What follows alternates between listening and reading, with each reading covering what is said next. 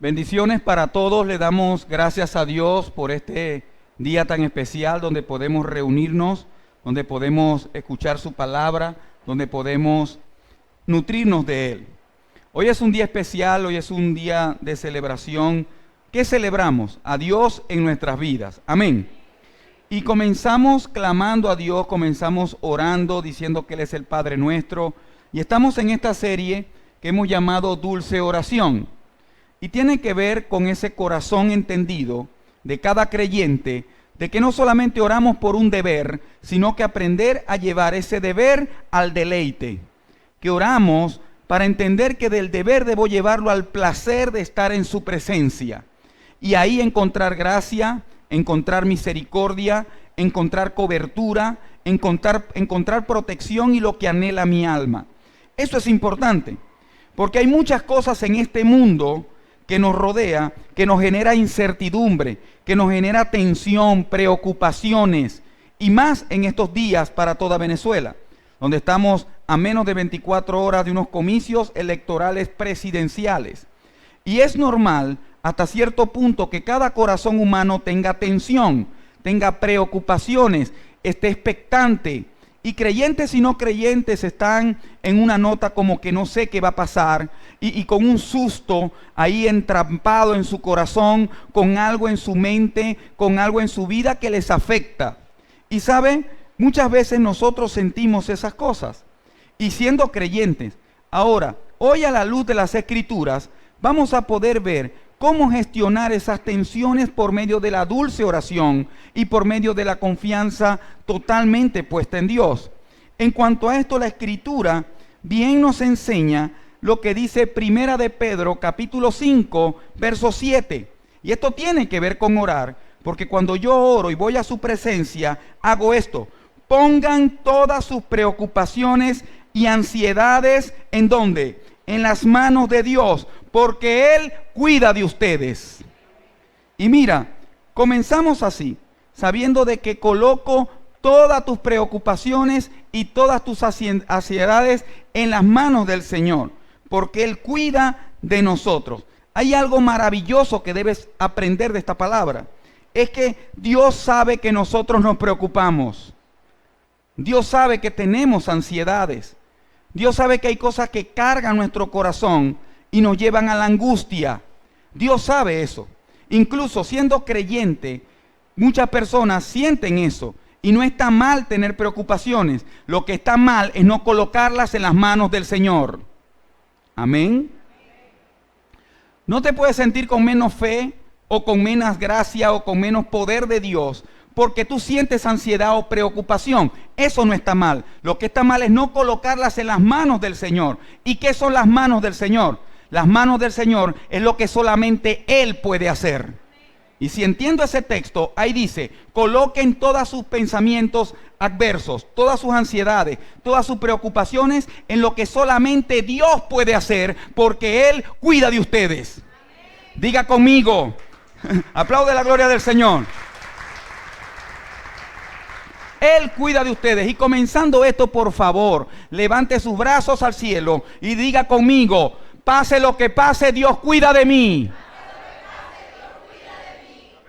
Dios cuida de nosotros. Apláudelo a Él.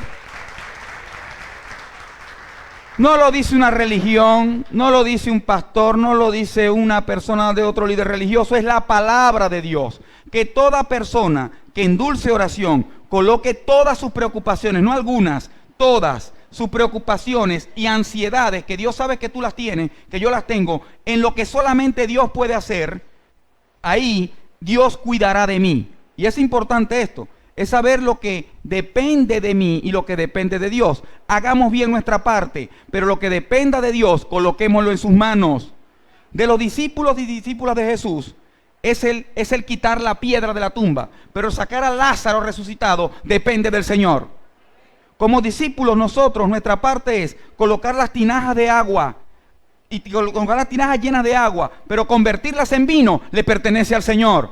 Está en las manos del Señor. Ahora, hoy, ¿qué debes colocar en las manos del Señor?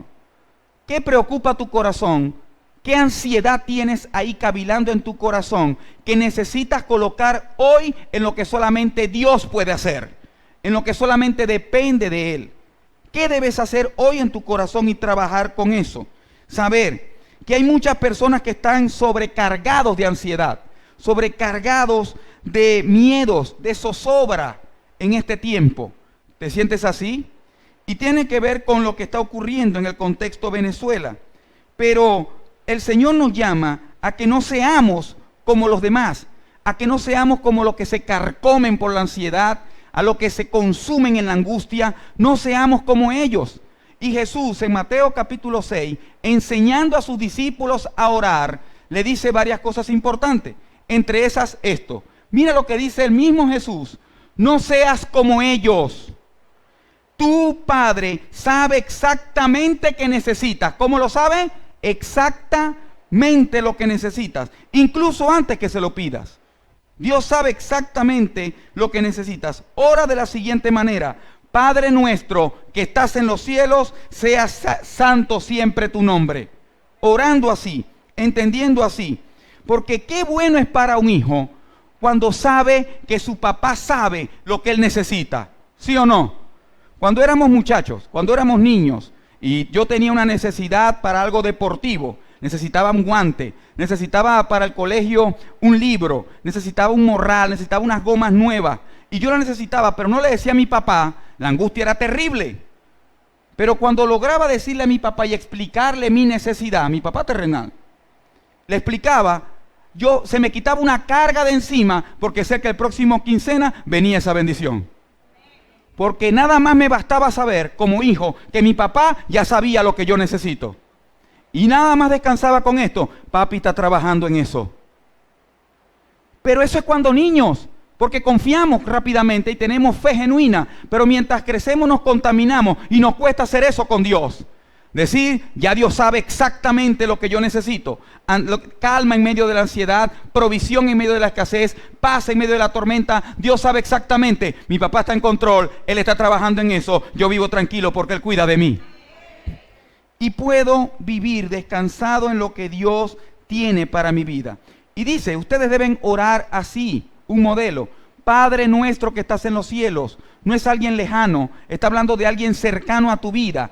Padre, una relación personal, está hablando del dador de todo, que del Padre de las luces proviene todas las dádivas perfectas, y entender que Padre mío, Padre nuestro que estás en mi vida y en mi corazón, tuyo es el reino, entender que Él está en control, perdona nuestros pecados, tiene que ver con que no cargues con la culpa, con que no tienes que cargar con resentimiento. El Padre nuestro habla de pedir perdón y dar perdón, ¿o no?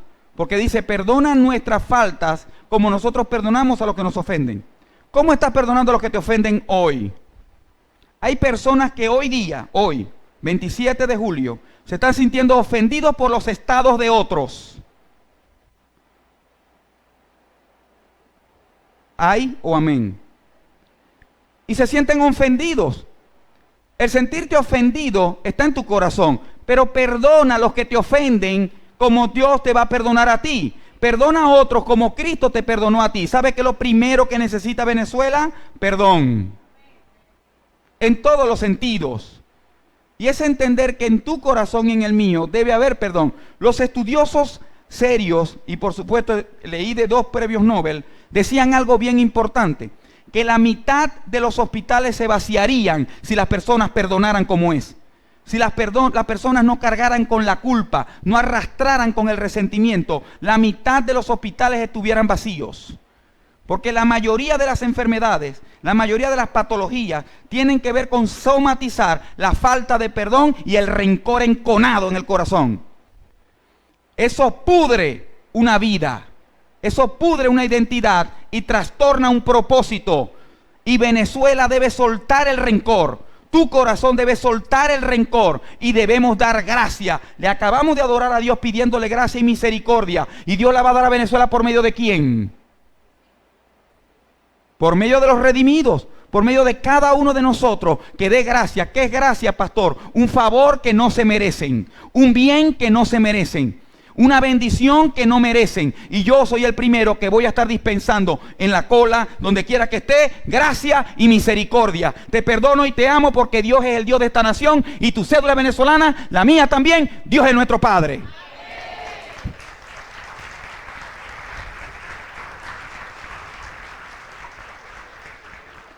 Asterisco y paréntesis aquí. La iglesia no tiene tinte político, que quede bien grabado.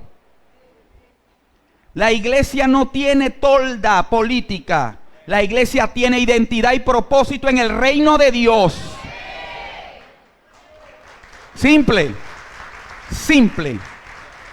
Un púlpito, una adoración, un altar no se puede prestar para ideologías y planes humanos, ni del pastor, ni de cualquier persona.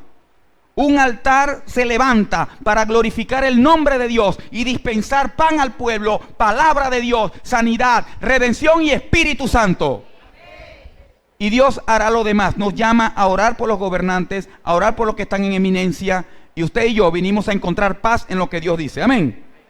Y entendemos que oramos así, que oramos de la mano del Señor. Y entendiendo esto, es saber que hay hombres de Dios que podemos estar sumergidos en medio de un sistema gubernamental o social que tenga alguna línea, pero eso no debe trastornar mi fe, eso no debe cambiar mi identidad, eso no debe prostituir lo que creo. Yo debo mantenerme firme y quiero hablarte de un hombre, de una persona en la Biblia, la cual admiro mucho, y estoy hablando de un profeta mayor, el cual estuvo en medio de 5 gobiernos impíos y jamás se contaminó con ellos.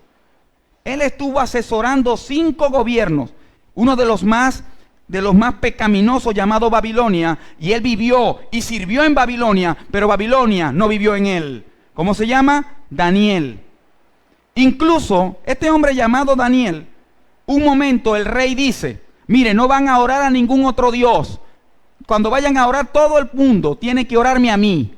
Y Daniel dice, no, le seguiré orando al creador de los cielos y la tierra, al Dios de Israel.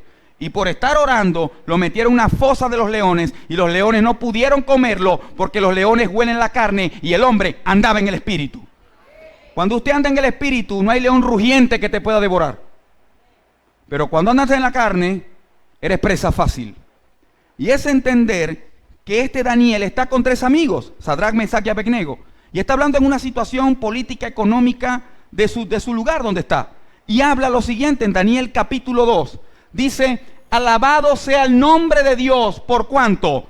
Por siempre y para siempre. Y a Él le pertenecen toda la gloria y todo el poder. ¿Qué le pertenece a Él? A Él le pertenece toda la gloria, la intervención y todo el poder le pertenece a Él. Está hablando Daniel y sigue explicando donde dice,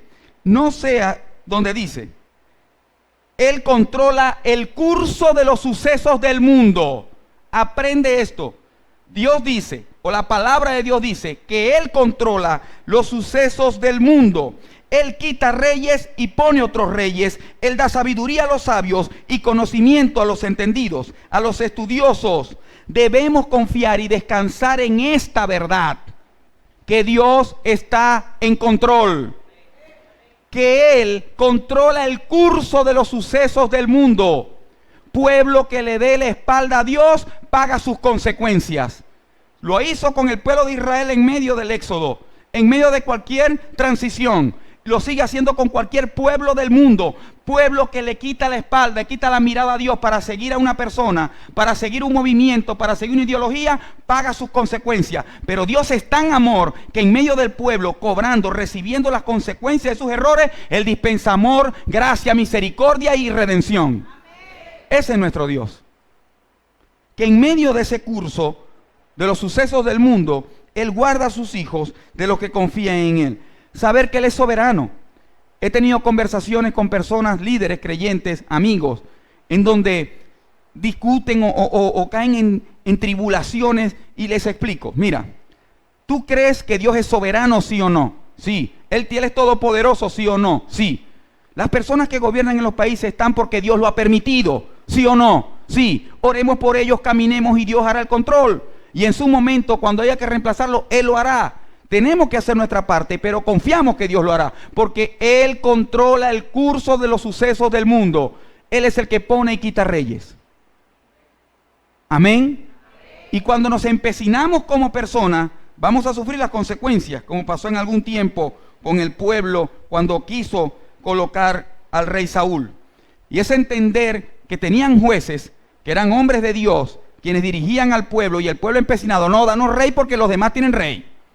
Ponnos a un hombre, y ya lo tenemos, es este, queremos a este. Dios dice: me van a dar espalda a mí, síganlo a él.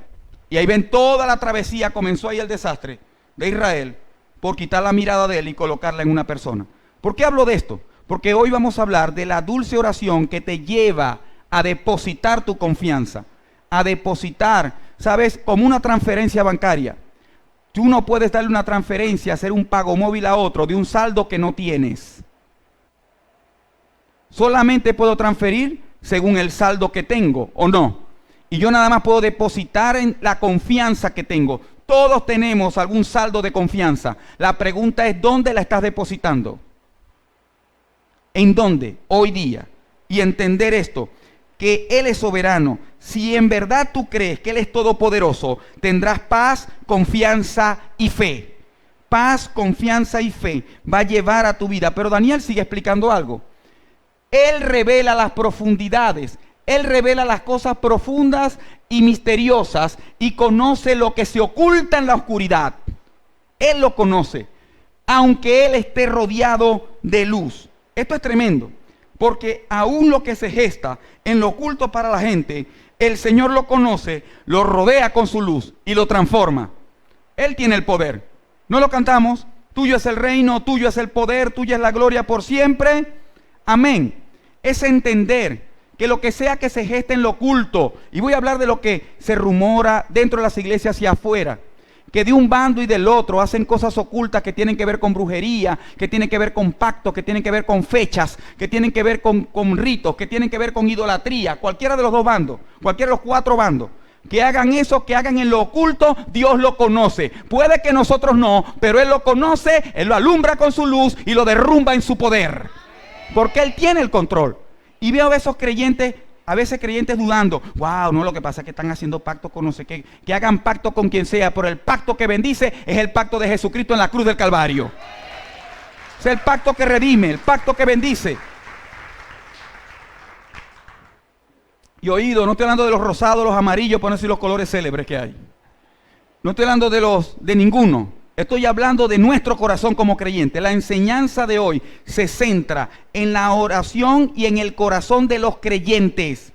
No de los de cuál partido político. No. ¿Cómo está tu corazón? ¿Tiene una dulce oración en medio de la amargura del sistema que te rodea? ¿O podemos ver eso? Aprendamos como corazón de creyente, como hijos de Dios, necesitamos esto. Necesitamos saber cómo orar por sanidad y restauración. Todos necesitamos aprender, necesitamos sanidad, todos necesitamos sanidad. Y debemos aprender en esta serie, saber cómo orar por sanidad y redención, y remuneración del Señor, restauración del Señor. ¿Por qué? Porque nada puede crecer si primero no sana. Primero debe sanar y luego crecer. Y nada puede dar frutos si primero no crece. Debes crecer para dar frutos. Y voy desde tu vida, a tu familia, a la comunidad, hasta Venezuela. Vamos en ese orden. Si en mi vida hay cosas que todavía no he dado fruto, es porque no has crecido en esa área. Y si no has crecido en esa área, porque no has sanado esa área. Porque todo lo que sana en Cristo crece. Y todo lo que crece en Cristo da frutos. Y entender que nosotros necesitamos sanidad. Necesitamos restauración. Necesitamos sanidad en nuestra nación, en el mundo, en nuestras escuelas, en donde nuestros niños, adolescentes, preadolescentes, necesitan sanidad, un sistema educativo que los está llevando a incorporar ideas que quiebran los valores de la familia, del diseño de Dios y de su identidad. Necesitamos sanidad en esas áreas. Necesitamos sanidad y restauración en los negocios, que se hagan con más integridad y menos corrupción. Necesitamos sanidad en los vecindarios, en el gobierno, en cualquier lugar que donde se decida, necesitamos sanidad y restauración. Necesitamos sanidad y restauración en nuestras comunidades, en nuestras familias. Tu familia necesita sanidad. No hay restauración sin sanidad. Y es sanar nuestros corazones. Necesitamos orar. ¿Cómo orar por esto? Mira, familia, necesitamos sanidad en nuestras vidas. Necesitas sanidad en tu vida, en tu mente.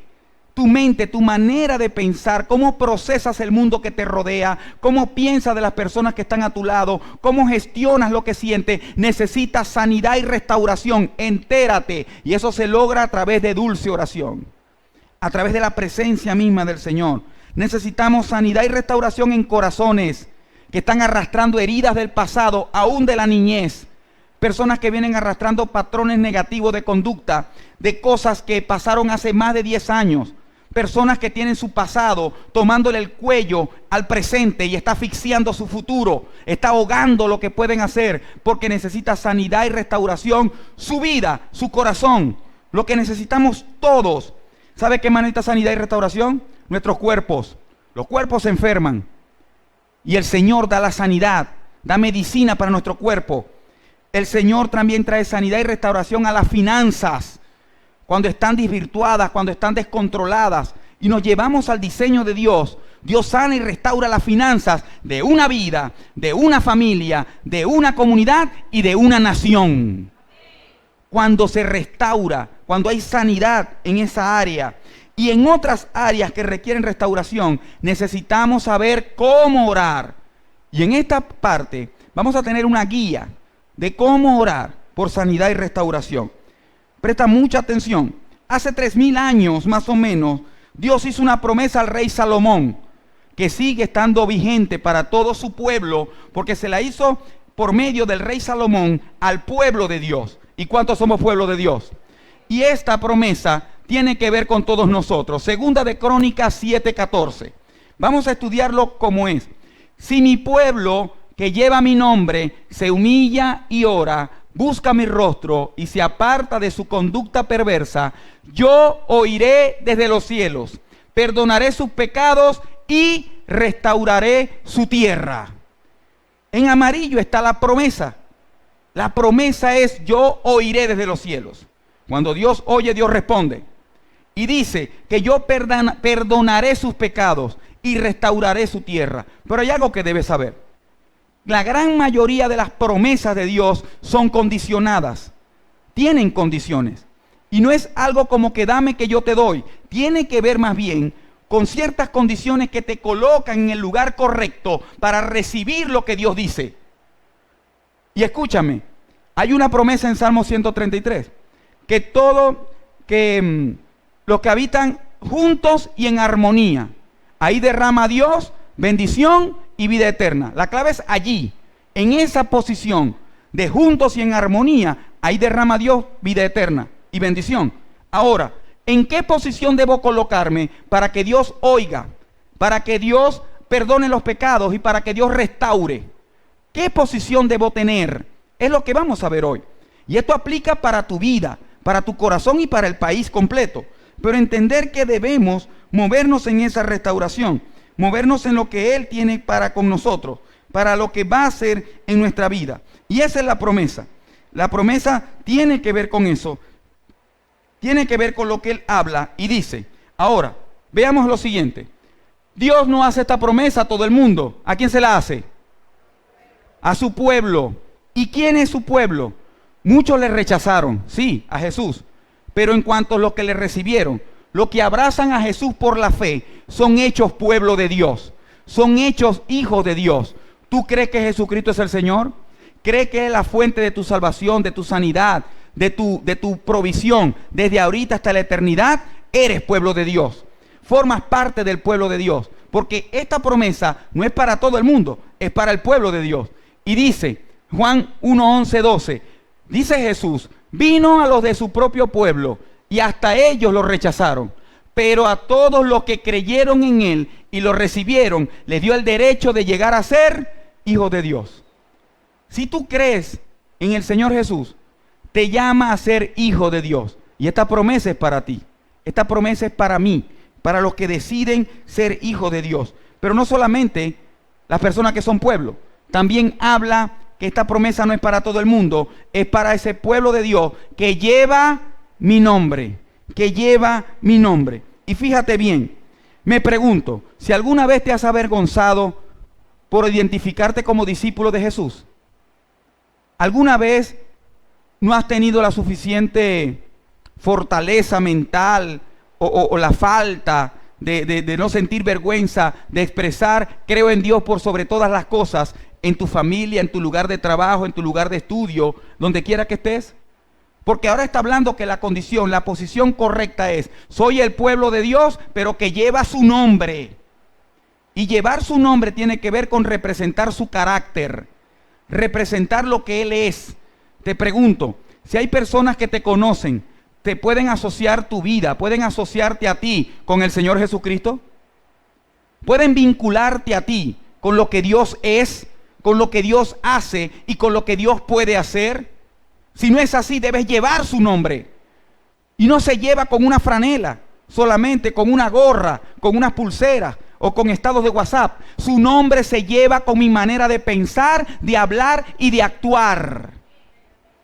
Su nombre se lleva con lo que hago en medio de mi familia, en medio de mi lugar de trabajo, en medio de mi comunidad, en medio de un sistema engañoso, perverso que me rodea. Ahí llevo su nombre.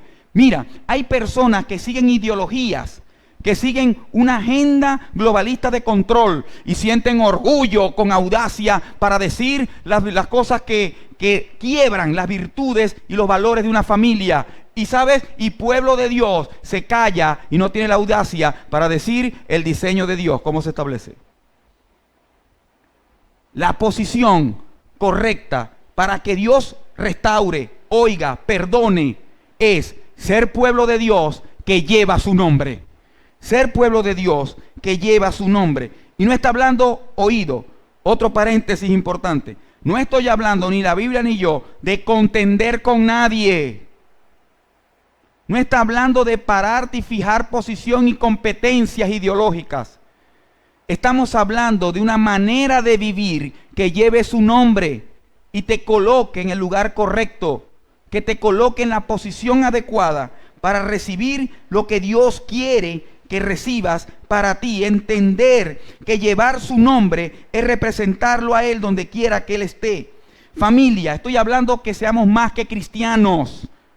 Porque cristiano es una etiqueta que le dio la sociedad a los que seguían a Jesús, como para identificarlos de revoltosos. Y de ahí para acá, con el tiempo, se ha quedado fijado como los que siguen a Cristo. Pero más allá de eso, de ser cristiano porque es una etiqueta que te da la sociedad a ti, o a mí, o a un pueblo de Dios, tenemos que entender que debemos ser discípulos. ¿Qué debemos ser?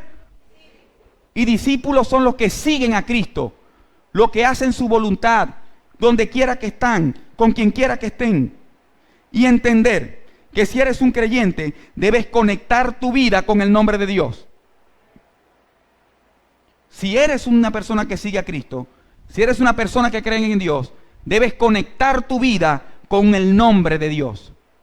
Con lo que Dios es. Abba, Adonai, Shaddai, tu paz, Jehová Jireh, tu proveedor. Debes ser tú el que ayude a que el Señor obre en redención donde quiera que estés.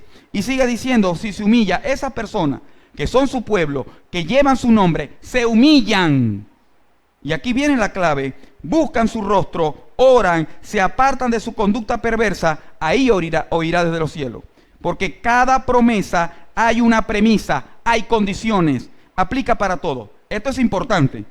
Tal vez necesites que tu matrimonio, tus sueños, tu cuerpo, tus finanzas sean restauradas. Esto también aplica para todo. Para todas las áreas. Muchas veces no vemos esa restauración porque no estoy en la posición correcta. Me coloco en la posición opuesta a la que Dios quiere que yo esté. Y es entender que preguntarnos hoy, ¿estás en la posición correcta? ¿Estás en la posición del pueblo de Dios que lleva su nombre?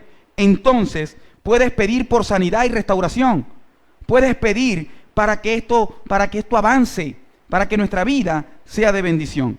Ahora, ¿cómo oro si estoy en esa posición? ¿Cómo oro? ¿Qué más debo hacer si yo sé que soy pueblo y llevo su nombre? ¿Qué debo hacer? Lo primero es admitir que no tengo en control.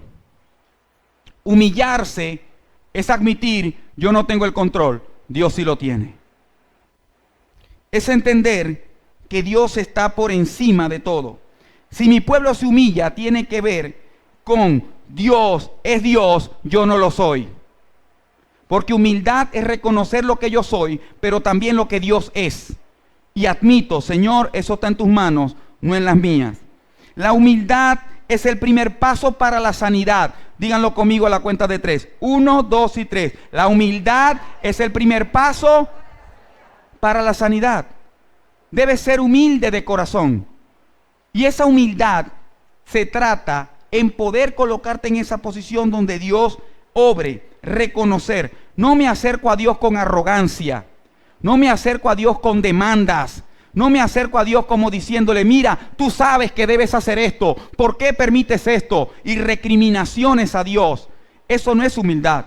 Eso es creer que Dios es tu genio, que Dios está para cumplir tus deseos. Y debemos entender que nosotros no oramos para que Dios cumpla nuestros deseos. Nosotros oramos para tener lo necesario para cumplir los deseos de Él en la tierra y en mi vida. Y eso es perspectiva que te bendice, una posición. Perspectiva tiene que ver con una posición mental, con una posición de vida que te bendice, en donde yo me coloco. Te pregunto, con tu perspectiva, ¿dónde te estás colocando?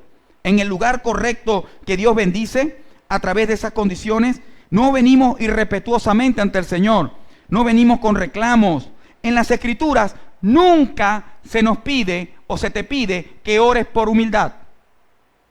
No hay ningún versículo en la Biblia que veas a alguien orando, Señor, dame humildad. ¿Por qué? ¿Sabe por qué? Porque la humildad es una elección. La humildad es algo que tú decides. Es algo que yo doy.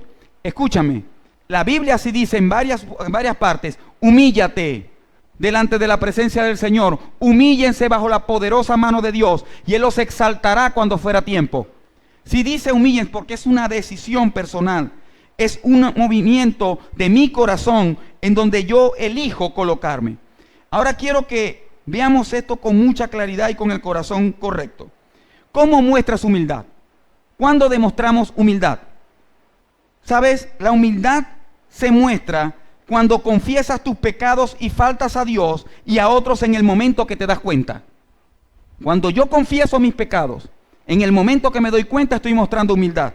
¿Cuándo muestro humildad? Cuando admites que necesitas ayuda y que estás luchando con algo, a un grupo pequeño, a un amigo, a un líder. Cuando tú lo admites, cuando tú dices, mira, estoy luchando con esto, solo no puedo, estoy mostrando humildad, la humildad que Dios bendice. Transmites y demuestras humildad cuando perdonas rápidamente. Cuando algo ocurre en tu familia, en tu lugar, en tus relaciones, algo ocurre y sabes, no guardo rencor, sino que más bien procedo al perdón rápidamente. Estoy demostrando la humildad que viene del Señor. ¿Sabe cuándo más muestro humildad? Cuando permaneces tranquilo y paciente, aún en medio de las represalias, cuando eres injustamente tratado. Cuando permaneces así, estás demostrando humildad. ¿Sabe cuándo más demuestras humildad? Cuando buscas maneras de servir a los demás antes de esperar ser servido tú. Cuando yo busco maneras de cómo servir a otros antes de esperar que me sirvan a mí, estoy demostrando humildad. ¿Cuándo demuestro humildad? Cuando no luchas por conseguir el lugar de mayor privilegio, sino que esperas que se te dé. ¿Sabes cuándo muestras humildad? Cuando aceptas la crítica, cuando aceptas la corrección con gracia. ¿Cómo estás con eso? No te dije que era fácil. Mostrar humildad es difícil, pero se puede con la ayuda del Señor. Cuando alguien te da una crítica, cuando alguien te busca corregir, ¿qué pasa en tu corazón? Demuestro humildad cuando esa corrección, cuando esa circunstancia yo la recibo en mi corazón de una manera correcta, de una manera valiosa. Y es entender que yo puedo mostrar humildad cuando construyes lazos de amistad con esas personas que no pueden beneficiarte, con personas que no pueden ayudarte, que no son tan convenientes, porque es fácil crear lazos de amistad con personas que yo puedo beneficiarme, Pero yo muestro humildad cuando busco conectar con lazos de amistad, con lazos de verdadera conexión y amor con los que no pueden ayudarme, con los que no puedo esperar nada. Ahí muestro humildad. Ahí muestro la humildad que hago eso. Mírame, muestra humildad cuando eres respetuoso. Muestras humildad cuando eres respetuosa con las autoridades en tu vida, incluso cuando son malas autoridades. Ahí muestras humildad. Debemos crecer en la humildad porque Dios bendice a los humildes. Y mira esto, eres humilde cuando haces pequeñas cosas que bendices a otros, aun cuando nadie te ve. Ahí eres humilde, sabiendo que solamente Dios me ve y es suficiente.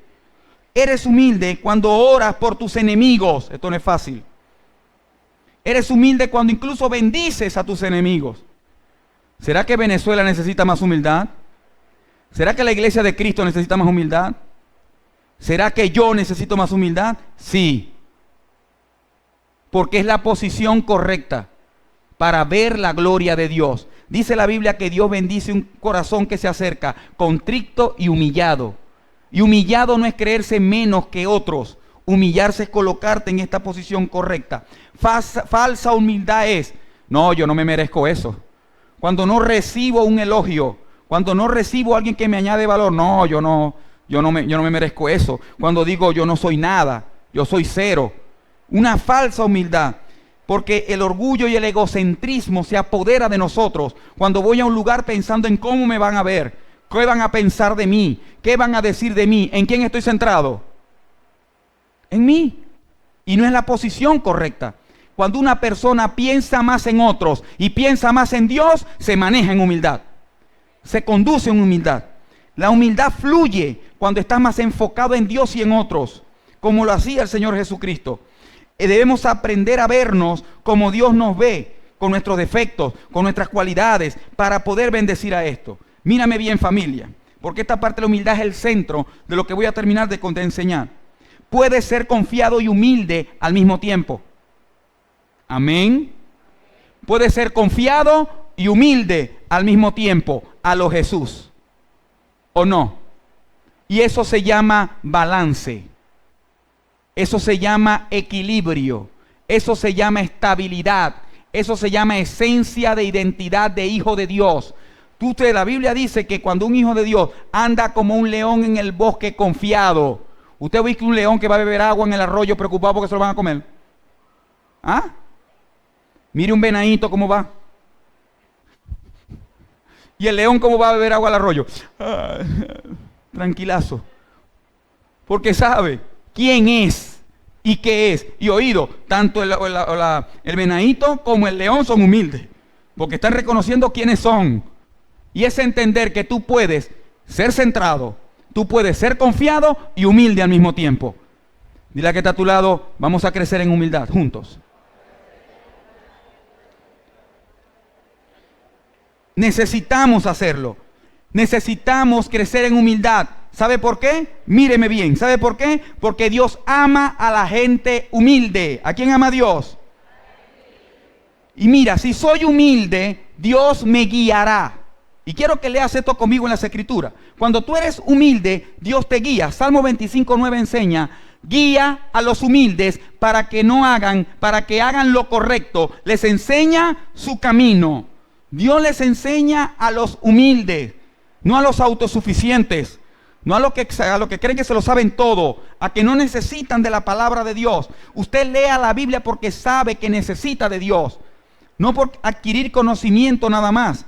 Es para entender que Dios, cuando yo soy humilde, Dios me guía. Muchas veces Dios no te guía y pidiéndole tu guía porque no me estoy moviendo en humildad. Me estoy moviendo en mi propia concupiscencia, en mi propio deseo, en que Señor, y me paro firme, haz lo que te estoy diciendo. Hazlo como te digo. Hazlo como yo quiero. Está pasando otra cosa, pero es que así no quiero es así. ¿Eso es humildad? Y Dios te está guiando. Oído, una frase que cambió mi vida. No puedes pedirle a Dios guía y dirección si no estás dispuesto a mover sus pies para donde Él te diga. Amén. Me asustaron. No puedes pedirle a Dios guía y dirección sin estar primero dispuesto a mover los pies hacia donde Él me diga. Es, Señor, guíame a donde tú me digas. Debo estar dispuesto a mover mis pies, a dirigirme con un corazón flexible y un espíritu enseñable a donde Él me guíe, porque Dios guía a los humildes. Aprende esto conmigo. Si soy humilde, Dios me bendecirá. ¿Qué pasará si eres humilde? Bendeciré a los que tienen un corazón humilde y arrepentido. Pregunto, ¿Dios bendice a todo el mundo? Ay, se acabaron los amén. Dios no bendice a todo el mundo. Dios bendice al que se coloca en la posición correcta para recibir el chorro de la bendición. Y eso comienza con que Dios bendecirá a un corazón humilde y arrepentido. A un corazón que se arrepiente. Un corazón que tiene lo necesario por dentro para decir: Señor, te necesito de verdad. Quiero que transformes mi camino, mi manera de pensar, de hablar y de actuar. Necesito, Señor, que me enseñes la seriedad de tu camino, la seriedad de estar en tu presencia, la reverencia de caminar de tu mano, que me enseñes un corazón humilde, porque ahí estoy en la posición correcta para que Él te bendiga. Mírame bien, cuando soy humilde, el Señor, Dios, me dará el poder para cambiar. Dios no cambia a los orgullosos. Dios no cambia a los autosuficientes y soberbios. Dice la Biblia en Santiago 4:6. Este es Santiago. Dice la Escritura que Dios se opone a los orgullosos, pero muestra su favor a los humildes. Él muestra el favor a los humildes. A los que se plantean o se plantan como orgullosos, Dios no los bendice. Y oído, todos anhelamos la bendición de Dios. Los humildes o no, los creyentes o no, todos buscamos la bendición de Dios. Incluso en Venezuela más todavía. Cuando nos enseñan por tradición que cuando nos levantamos, mamá bendición, papición, ¿qué buscamos? ¿Y qué es la respuesta de los padres? Dios te bendiga. Todos anhelamos la bendición, pero debemos entender que Dios bendice a los de corazón humilde. Dios se opone a los orgullosos. Cuando yo no soy humilde, me coloco en el bando contrario de Dios. ¿Y quién contiende contra Dios si Él tiene todo el poder? Pero cuando soy humilde, me coloco del lado de Dios y sé que Él va delante de mí, que Él va conmigo como poderoso gigante a donde quiera que vaya. El que es humilde tiene poder. Pero la sociedad del antidiseño, el antirreino te enseña que el que es orgulloso tiene poder humanamente, pero su fin es nefasto. Pero el que se maneja en el orden de Dios, ¿quién más humilde que Jesús? ¿Quién más humilde que Él?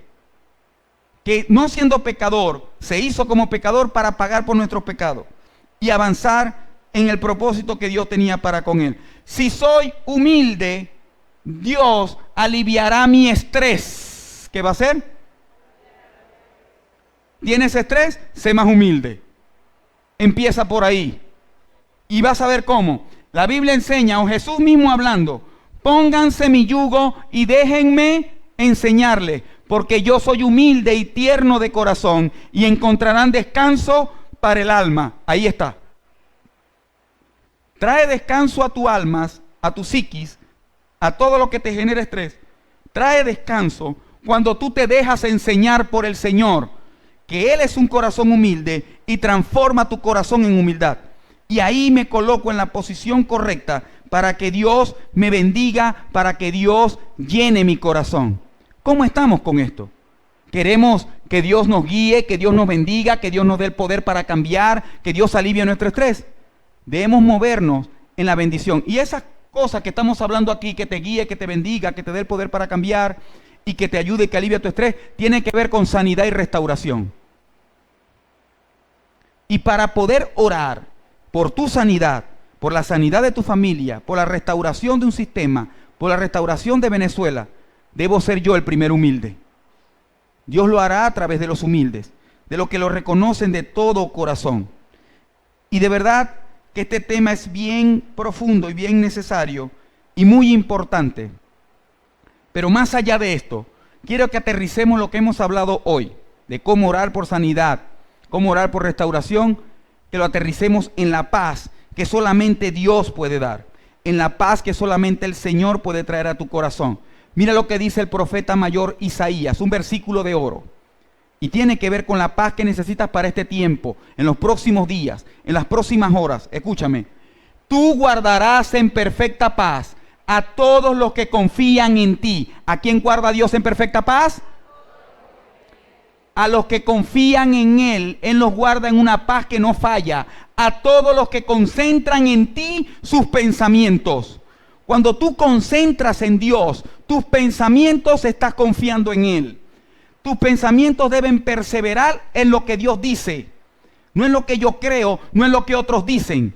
Cuando yo estoy pendiente y pensando en solamente lo que yo creo, lo que yo siento, lo que yo digo o lo que otros dicen, ¿sabes? Dejo de confiar en Dios y no tengo paz. El centro de la paz, la clave de la paz, tiene que ver con concentrar, insistir. ¿Sabes cuántos pensamientos te llegan al día? Más de 5,000 automáticos y producidos por ti. En todos son como 5,000 y pico. Y de esos tú debes insistir en lo que Dios dice, en lo que Dios promete, en lo que Dios dice que soy, en lo que Dios dice que haga. Y ahí yo puedo encontrar la paz que sobrepasa todo entendimiento humano. Ahí yo puedo ver la gloria de Dios habitando ricamente en mi vida. Ahí yo puedo ver a Dios obrando en paz y en bendición, porque Él es el Dios de paz. Confiar en Dios es perseverar tus pensamientos en Él. ¿Qué estás pensando? ¿Qué estabas pensando hasta hoy? Piensa más en lo que Dios dice, en lo que Dios hará, y Él está en control de todas las cosas. Y enseña esto lo que dice el Señor Jesús. Y aquí vamos cerrando. Jesús dice algo poderoso en cuanto a la paz. Hoy vamos a salir todos los que estamos aquí, aún los que vean la transmisión. Vamos a salir con la paz de Dios, que sobrepasa todo entendimiento humano. Nos llenaremos de su paz para llevar paz a donde quiera que estemos. Mira lo que dice Jesús. Jesús dice algo en Juan 14:27. Les dejo un regalo, les dejo algo poderoso. Paz en la mente y paz en el corazón. Y la paz que yo doy es un regalo que el mundo no puede dar. Así que no se angustien ni tengan miedo. Hay personas que deben escuchar esto. No se angustien ni tengan miedo. Solo Dios es la fuente de tu salvación. Solo Dios es la fuente de tu provisión. Solo Dios es la fuente de tu verdad, de tu paz, de tu seguridad. Él es la fuente. Y Jesús hace una aseveración bien clara. Mira, yo doy la paz, no como el mundo la da. Y este sistema que te rodea te quiere vender o regalar una especie de paz que no permanece, que es una ilusión, que es un engaño y una espiral que te lleva a una trampa interna. Pero Dios, el Señor Jesús, o Dios a través del Señor Jesús, nos da una paz que permanece para siempre. Nos da una paz desde ahorita en lo terrenal hasta la eternidad. Nos da una paz que entiende que pase lo que pase, Él cuida de nosotros. Pase lo que pase, Él llenará tu corazón de paz. Él te llenará de provisión y te llenará del amor que solamente Él puede dar. Por favor, recibe este mensaje directo del Señor Jesús en su palabra. No te angusties ni tengas miedo. Yo estoy en control. Pase lo que pase, no te angusties ni tengas miedo. Yo estoy en control. He escuchado varias historias con este preámbulo de las elecciones presidenciales. Como creyentes, el enfoque de esta enseñanza es de los hijos de Dios. Han sido sacudidos y era necesario para probar su fe, para afianzar y profundizar su identidad y propósito. Y he escuchado de personas que trabajan en empresas del Estado, creyentes, decir cosas como, mira, ¿qué va a pasar si se cambia la administración actual por la que viene? ¿Qué pasaría? Y si nos votan, ¿qué vamos a hacer? Y una persona creyente le dice a esa persona, mira, ¿tú crees que este trabajo te lo dio Dios? ¿Sí? Y ella tiene un testimonio de eso. Sí, fue Dios porque madre soltera, llegué, he sostenido mi vida. Si sabes que Dios te lo dio y diste el testimonio en tu iglesia, ese mismo Dios te va a hacer que permanezca así. Y si cambia, te dará algo mejor, ¿o no? ¿Sabe qué pasa? No se angustien ni tengan miedo. Se abrazaron, lloraron, oraron. Paz en el corazón, paz en su mente y convicción en el corazón para hacer lo que se tenga que hacer en el nombre de Jesús. Es entender algo valioso, familia. No tengan miedo, no se angustien. Si me dejo arropar por la angustia y la zozobra, estoy caminando al son de la música de este sistema. Pero si tengo paz en medio de la tormenta, es porque me estoy moviendo conforme a la música que viene del cielo, conforme a la palabra de nuestro Señor Jesús. Yo quiero que esto en amarillo quede tatuado en tu mente y bordado en tu corazón todos estos días. No tengan miedo, no se angustie. La traducción principal dice: no se turbe tu corazón ni tengas miedo, porque yo estoy en control. ¿Cuántos reciben eso? Hay un salmo valioso que con esto quiero que oremos. Hoy vinimos a orar por nuestra nación, vinimos a orar por sanidad, por restauración de vidas, familias. ¿Cuántos están a punto de recibir ministración de sanidad, restauración? Prepara tu corazón porque vamos a orar, vamos a ministrar sanidad, restauración en vidas, familias y en Venezuela. Pero antes quiero que leamos lo que dice Salmo 118. Y mira, el salmista dice: el Señor está de mi parte. Estoy hablando, el Señor está de mi parte, por tanto no temeré. La pregunta es, ¿por qué no temeré? ¿Por qué no temerás? ¿Por qué tu familia no tiene que temer? Cuando una persona sabe que Dios está de tu parte, no tiene nada por qué temer. Incluso dice: Señor está de mi parte, por lo tanto no temeré lo que me pueda hacer el hombre. Lo que pueda hacer un ser humano, no temeré a eso, pase lo que pase, sea lo que sea, por una simple razón. Tan fácil es sí, porque sé, no dudo, sé que Dios está conmigo. Y si Dios está conmigo, ¿quién contra nosotros?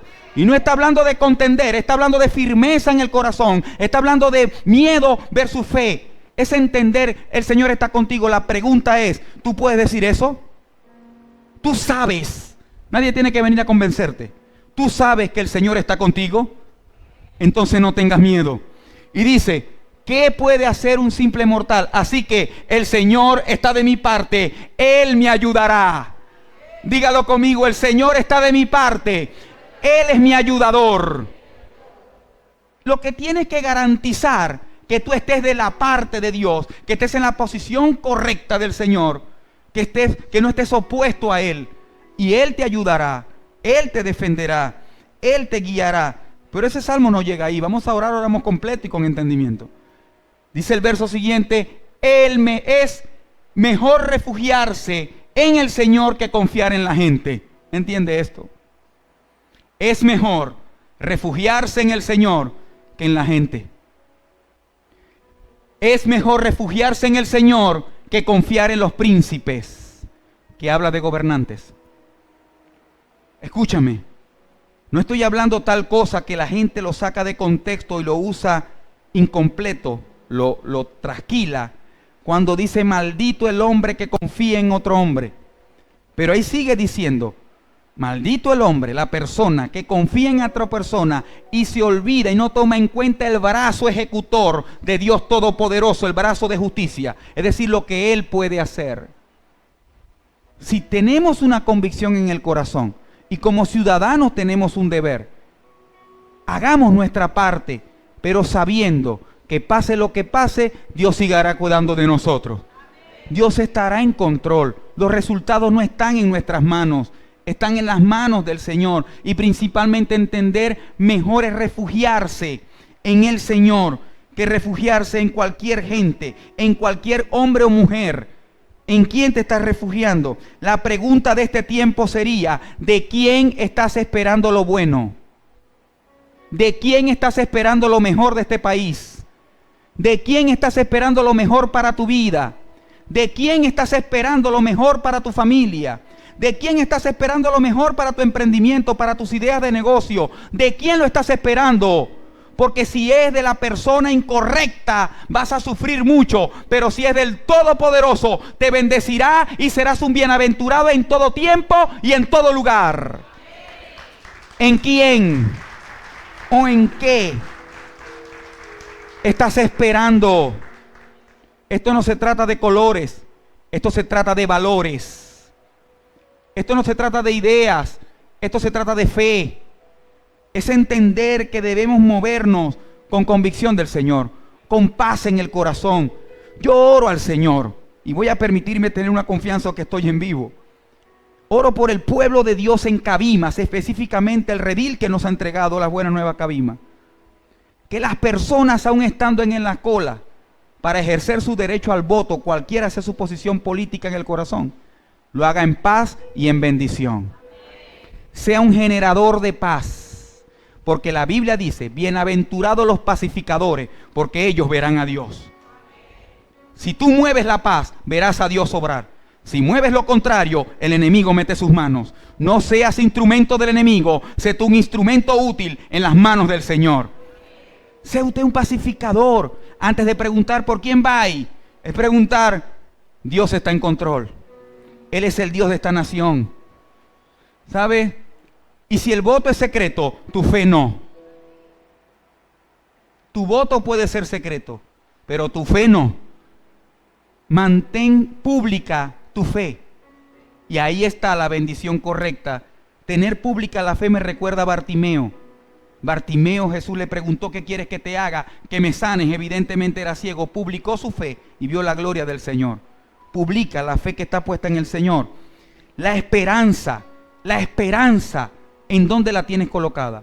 Porque la esperanza funciona como una escalera que va a funcionar dependiendo de en qué la apoye. Si yo apoyo la escalera de mi confianza en una pared de anime, cuando me suba en esa escalera de la confianza, grande será mi caída. Pero si yo apoyo la escalera de mi confianza en la roca inconmovible que es Cristo Jesús, Señor nuestro, podré superar cualquier cosa.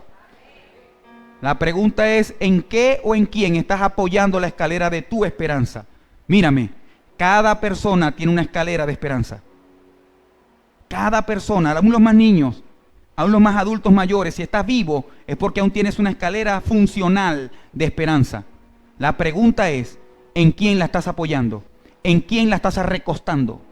Hoy es el día para quitarla de donde la tenías recostada. O puede ser en ti mismo, sosteniéndola con tus propias fuerzas, o en otras personas, o en un movimiento político, o en una empresa. Quitarla y colocarla en la roca eterna, en la roca inconmovible, que es Cristo Jesús, Señor nuestro.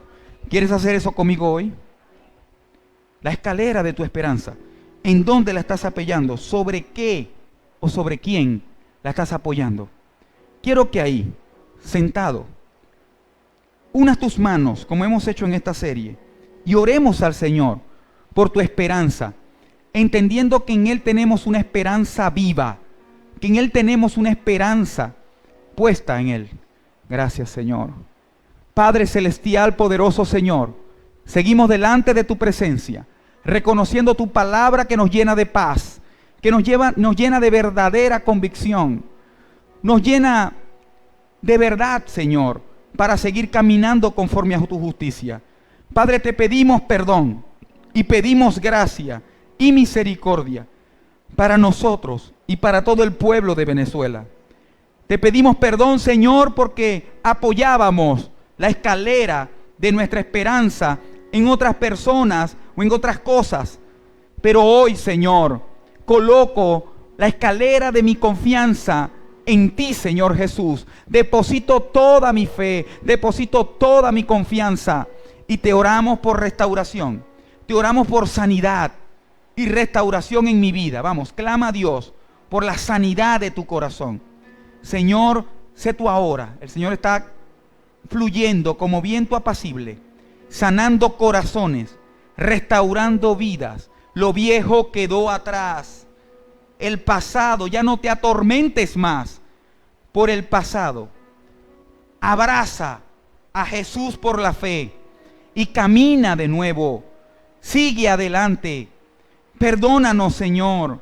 Pídele perdón al Señor por desviar tu mirada de Él, por confiar más en ti, por escuchar más otras voces que la voz del Señor, por dejarte contaminar por este sistema desgastante, dinámico, contrario y lleno de perversidad. Señor, en este momento te oramos, que tú nos llenes de tu paz, que podamos ser generadores de paz, donde quiera que estemos. Señor, en medio de este proceso, confiamos en ti. Te damos gracias, Dios, en el nombre del Padre, del Hijo y del Espíritu Santo. Amén y amén. Un fuerte aplauso al Señor.